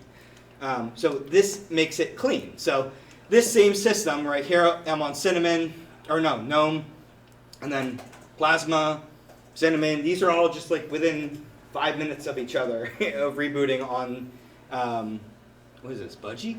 Yeah, maybe. Why not, right? You just try whatever you want. And that's what's cool about it is that you don't have to reformat your computer every time you do that. You can literally just switch what desktop environment you want to use, reboot, and voila, then you're off. So stable and rolling, this is another cool thing, right? Typically you have to decide, okay, am I going to be the Arch guy who like wants all the packages fresh and hot off the press, but it might bite me, right? Or am I going to be the stable guy that wants to just run, you know, real stable every 2-year LTS releases, right?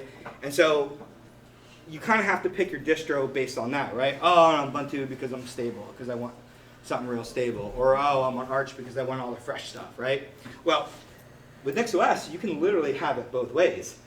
Yes, you can mix and match and actually have stable and rolling, but real easy right out of the box, NixOS has 2 channels, and they're basically like repos. So there is a stable channel, which updates every 6 months, just like every other kind of point release Fedora type system that you know.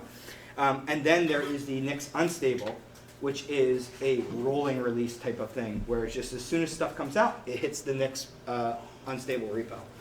And what's really, really cool about this is that you can switch between them as you want. I mean, yeah, you can mix and match and say, hey, I want mostly stable, but I want to bring in some unstable stuff. You know, maybe Helix or whatever, Emacs for you Emacs people. Maybe I want the new Emacs. You can do that, but you can also just go the cutting edge rolling lifestyle. You can just run unstable all you want until it bites you, and then you can say, okay, switch your channel back to stable, rebuild and reboot, and it's like you were never on unstable. And you don't have to switch anything else out. You're not reinstalling, you're just recompiling based on the newest things. So it's very, very cool that you can do that. Yeah, so here I'm just showing you like, you know, Helix at that time was like, you know, you can look on the NixOS packages website and you can see, hey, on stable you can see what version it is, and on unstable you can see, you know, what version it is there too. So it's very cool to be able to have a cutting edge rolling release, but then say, you know what, I want to go stable now. Yeah, this is how easy it is from switching stable to rolling, right? So here I am. Yeah, you can see the date. You can see when I gave this talk. So you can see at the time it was like, okay, I'm on 23.11. I can literally run this one command to add the unstable NixOS, and then voila, I'm on unstable. I just do rebuild, boot, reboot the computer, and all my packages are updated, but nothing else changes. All my stuff is still there. Everything is set up the same way. So it's very cool.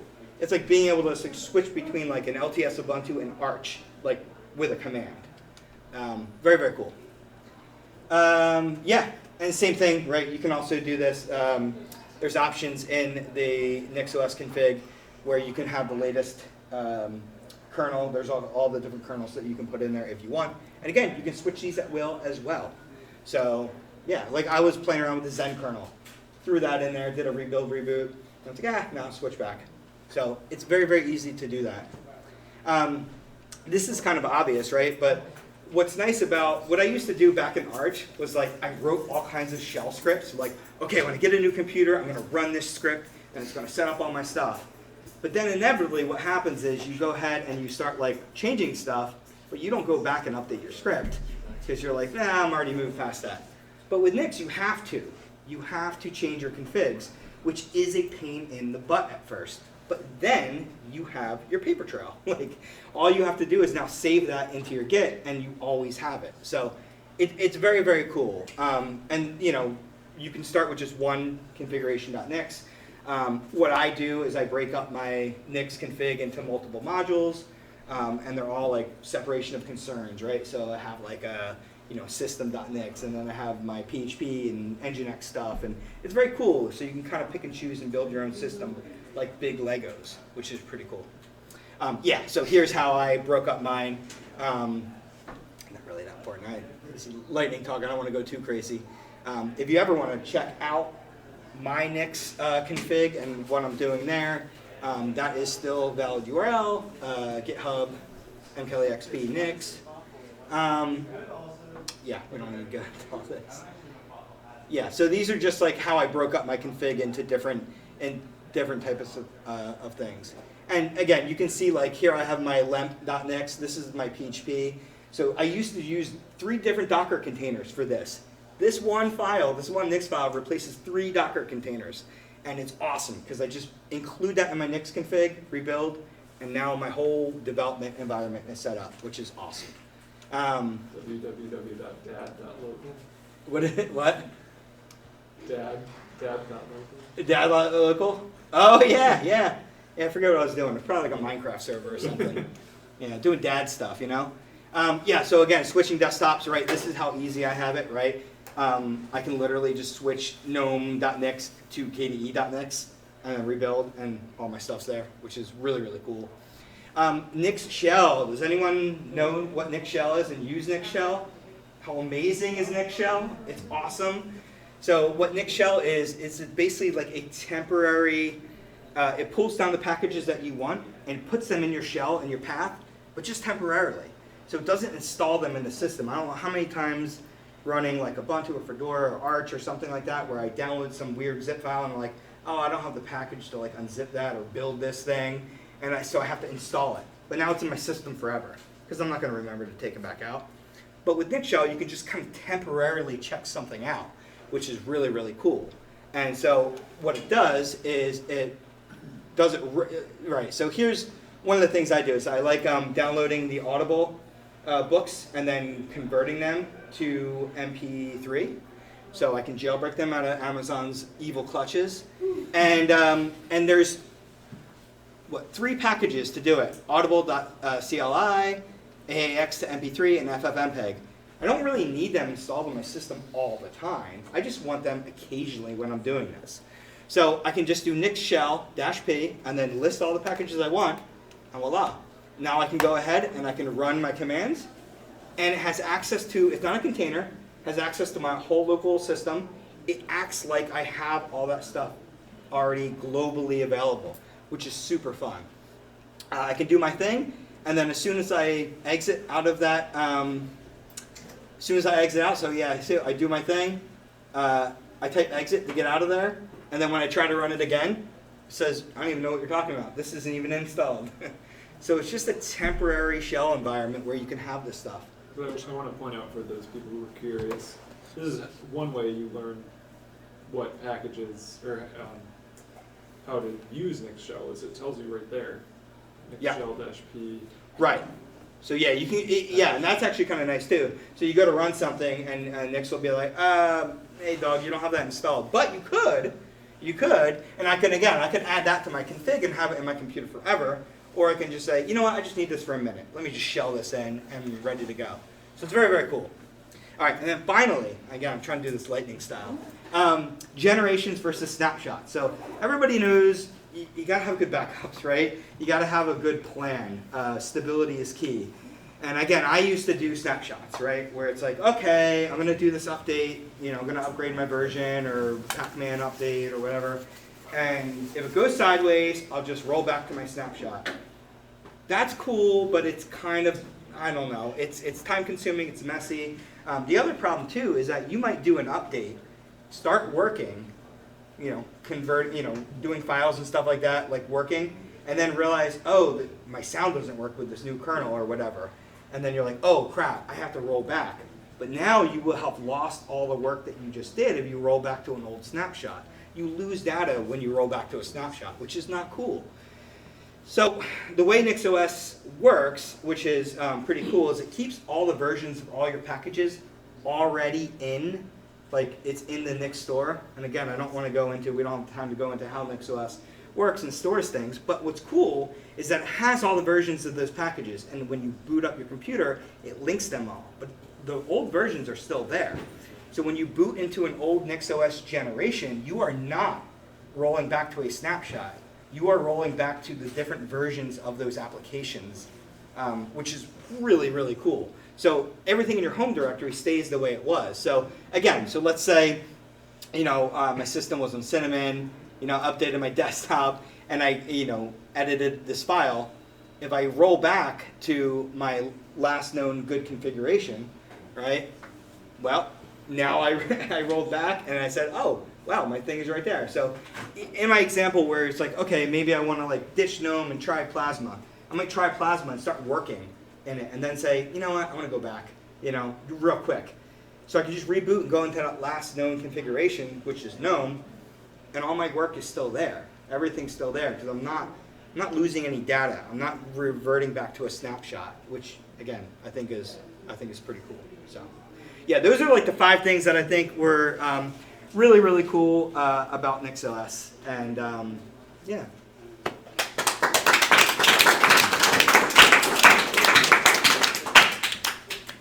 Can I ask a question? Yeah. With the upgrades, rebooting, snapshotting, yeah, generations, how does that work with apps that have their own state that isn't necessarily in your home directory? And I was particularly thinking this would be cool to have a work environment and a home environment. Mm-hmm. Let's say I install something like, I'm just making this up, like Nginx and work that has something that would be conventionally in varlib, config that isn't my home directory, but it is attached to Nginx. Is there this notion of having different kind of forks, divergent forks of configs that you switch between? Yeah. So do you know? So well, there's kind of 2 different paradigms. There's one where you try to use the directory, mm-hmm. or the other way is to put it into your Nix file, into your Nix config. Right. So there's there's an options. There's a whole options section of your Nix config where. Right. There's a lot of built-in options. There's NixOS, and you're talking about having the same config on 2 machines, but having different Nginx virtual hosts or something. Yeah, on maybe. each. I mean, I picked that as a contrived. Sure, like, sure, a good sure, example yeah. of State that isn't home directory state. Right, right, Yeah, right. so I do this exactly. Like I have a version of NeoVim that reads the config from my home.config folder, and then like for making demos, I have another mixed derivation. Yes, derivation. Word of NeoVim that specifically is configured to read the config out of that same directory that I'm running it from. And so then I get a completely different NeoVim config.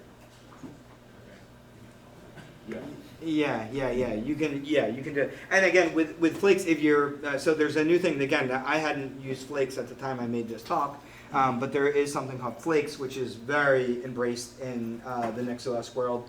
And Flakes let you kind of customize your config based on host name. So again, you can have like, okay, well, this is my framework. You know, I can have it set up a certain way, but then I could have customizations for my Thelio that's in my office, right? And so, but they share Nix modules, right? So there's like, they're sharing configs, everything else works the same. But with those Flakes, I can say, well, if the host name is this, you know, set it up like this. So I mean, that's another way to do that as well. So, cool. And tomorrow I'm giving a talk about building a Chromebook replacement with NixOS. Is anything recorded? What's that? Are any of the talks recorded? Yeah, they're all recorded. Oh, cool. So Yeah. I get to watch it. Oh, nice. Yeah, all this is being recorded and it's going to be uploaded hopefully soon on the Linux Fest YouTube channel. So if you can find that, they'll be up there. Any more presentations that, if not, we have, what's it, 10 more minutes in this room, so don't feel bad. Yeah, could you do it in like 5 minutes, you think? Sure. Okay, good luck.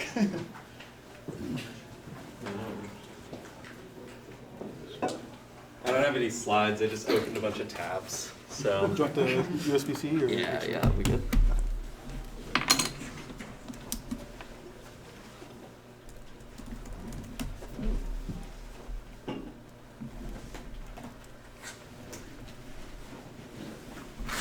Let's see. It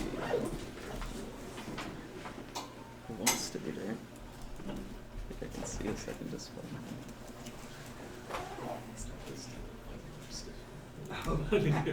Nice. Framework yoga. Yeah, this is not a real framework. It's Yeah, just a look at Lenovo that, Yoga right? with a framework sticker on it. Let's see.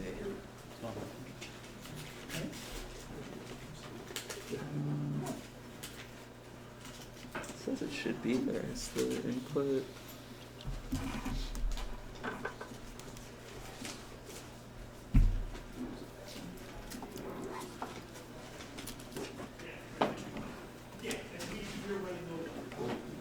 Do you know it?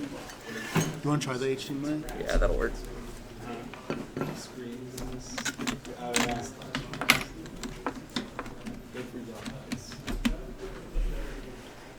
Oh, cool. Do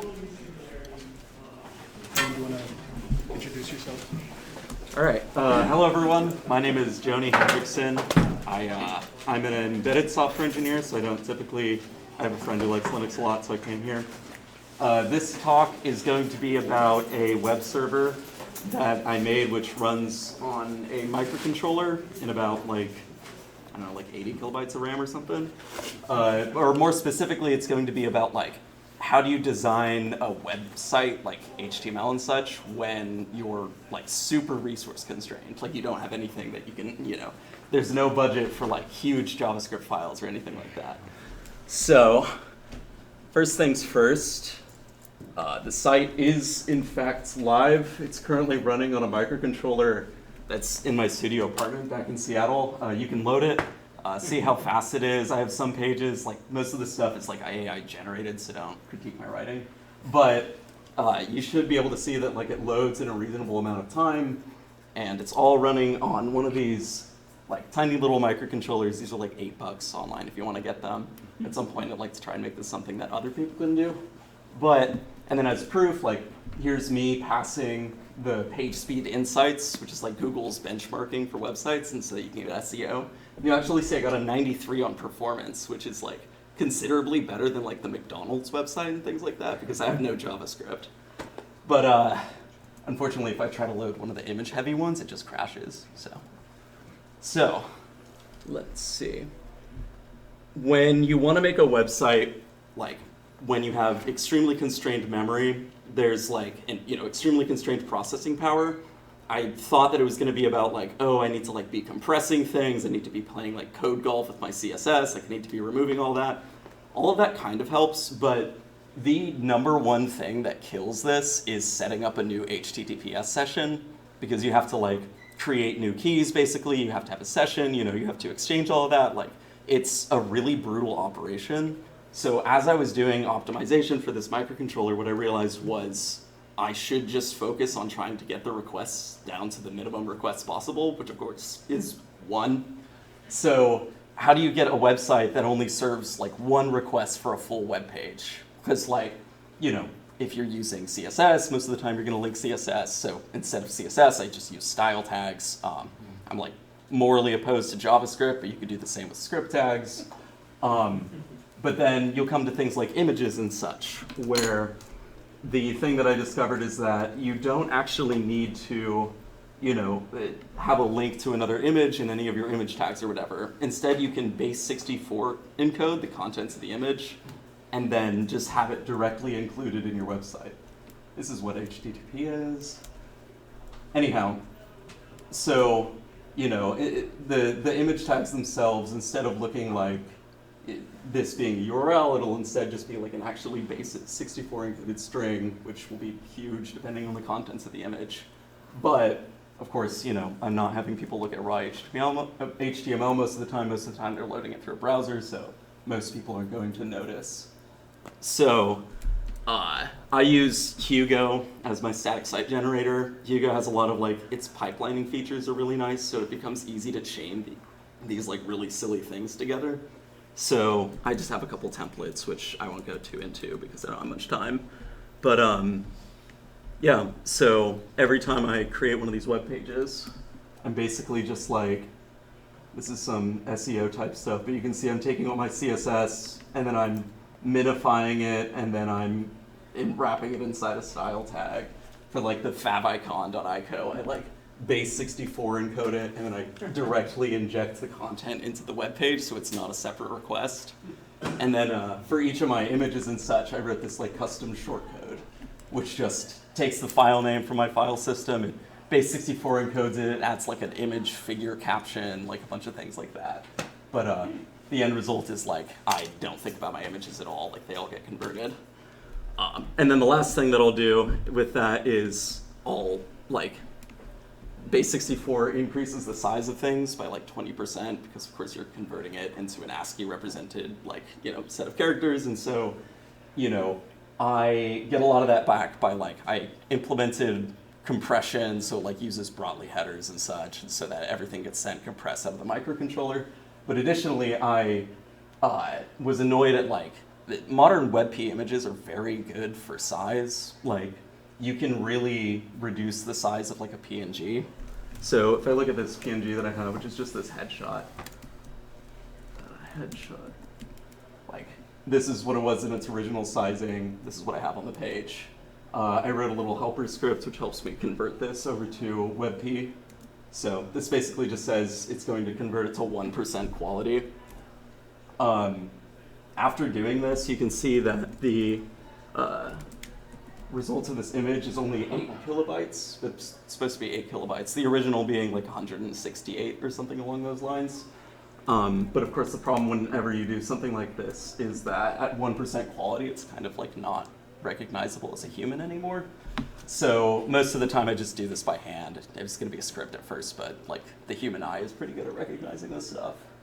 But yeah, I think that about covers, oh yeah. And then the last thing that I do is I just played CSS code golf, because I love code golf, it's super fun. So I only have 160 style rules which I use for this page, something along those lines. And most of that is just to get dark mode and set some image captions up. So yeah, that's that.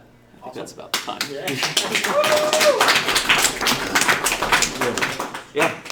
You mentioned the TLS cost. Yes. I think I saw you're using the SP32, but how does the compression come out? So That might be- So basically, oh, that's actually a great point. So when everything that gets displayed on the website, like I wrote a, like custom HTTP parser, which pulls from like little FS, which is a tiny file system that works on microcontrollers. So what I just do is when I assemble that image, I go through every resource and I compress it ahead of time. So like when I flash the microcontroller, it's already in there, it's already compressed, and so I don't do any on-the-fly compression, because that would be a nightmare. But decompression is. Have you? Yeah, well, and it happens on the client side, so I don't have to care. I just send the whole payload directly. Have you considered HTTP2 to share like your connection? Yes, so HTTP 2 multiplexing would be really awesome. I only support HTTP 1.1, and I don't feel like writing that. I won't get any more ideas, but how many requests per second would it take the DDoS here? So we actually can know this. I wrote a stress testing script. Oh, that's interesting. That's not me. Oh, I think it surrounded my verbal stuff in a paragraph tag for some reason. Let's see if I go over to scripts. Then I have stress test site. So stress test site, I think this does it with like 50 concurrent requests. 1 second. /stress. Yeah. We'll see if this brings it down. Sometimes it does. I used to have like a really horrible uptime, and I really stressed about it because I was like, my website kept going down. Like 80% of the time it was down, but then I actually swapped out my Google router. It turns out it's just like catching requests and throwing them away for some reason. Anyhow, that'll run for like 30 seconds. And in the meantime, it's like spinning up 50 different threads, which is just like what my Lenovo can handle without crapping out too much. But what we should see from a successful request, or like a successful execution of this, is that like you can have a lot of concurrent requests. It doesn't drop things at a certain point because like holding onto a session is relatively cheap, but like it'll take longer and longer to serve each individual request. So it depends on like the timeout on the client side.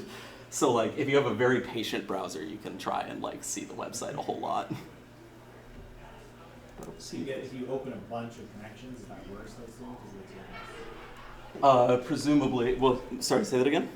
I'm just thinking if you keep opening and then tearing down and not reusing connections, I assume that's a lot worse. Exactly, yeah. And so I like set the caching headers so like everything gets, aggressively cached and it's very easy to cache. So for 24 hours, it won't update unless you hard refresh. So like in real world scenarios, I'm imagining like, unless somebody's intentionally trying to like take it down, like it should actually feel relatively performant, And I'm interested to see like what the cap is on like monthly page views. But if we look at the output of that stress test, yeah. So let's see. We had 49 requests. We had 12 timeout. Average latency was about half a second for each of the requests. I was able to field about 8 requests per second. So like, it's not great, but like how many websites actually get more than 8 requests per second? So if that ever becomes a real problem, like I have plans to like, I want to have like a round robin scheduler and like 10 of these plugged into it. It'd be super cute. So I really hope I get there. But yeah. Awesome. Thank you. Awesome. Thank you so much. All right, that is all the time we have in this room. Yeah, thank you every presenter that got the courage to present. And I hope you guys have a great rest of Linux Fest Northwest. Nice. Thank you. Thank you.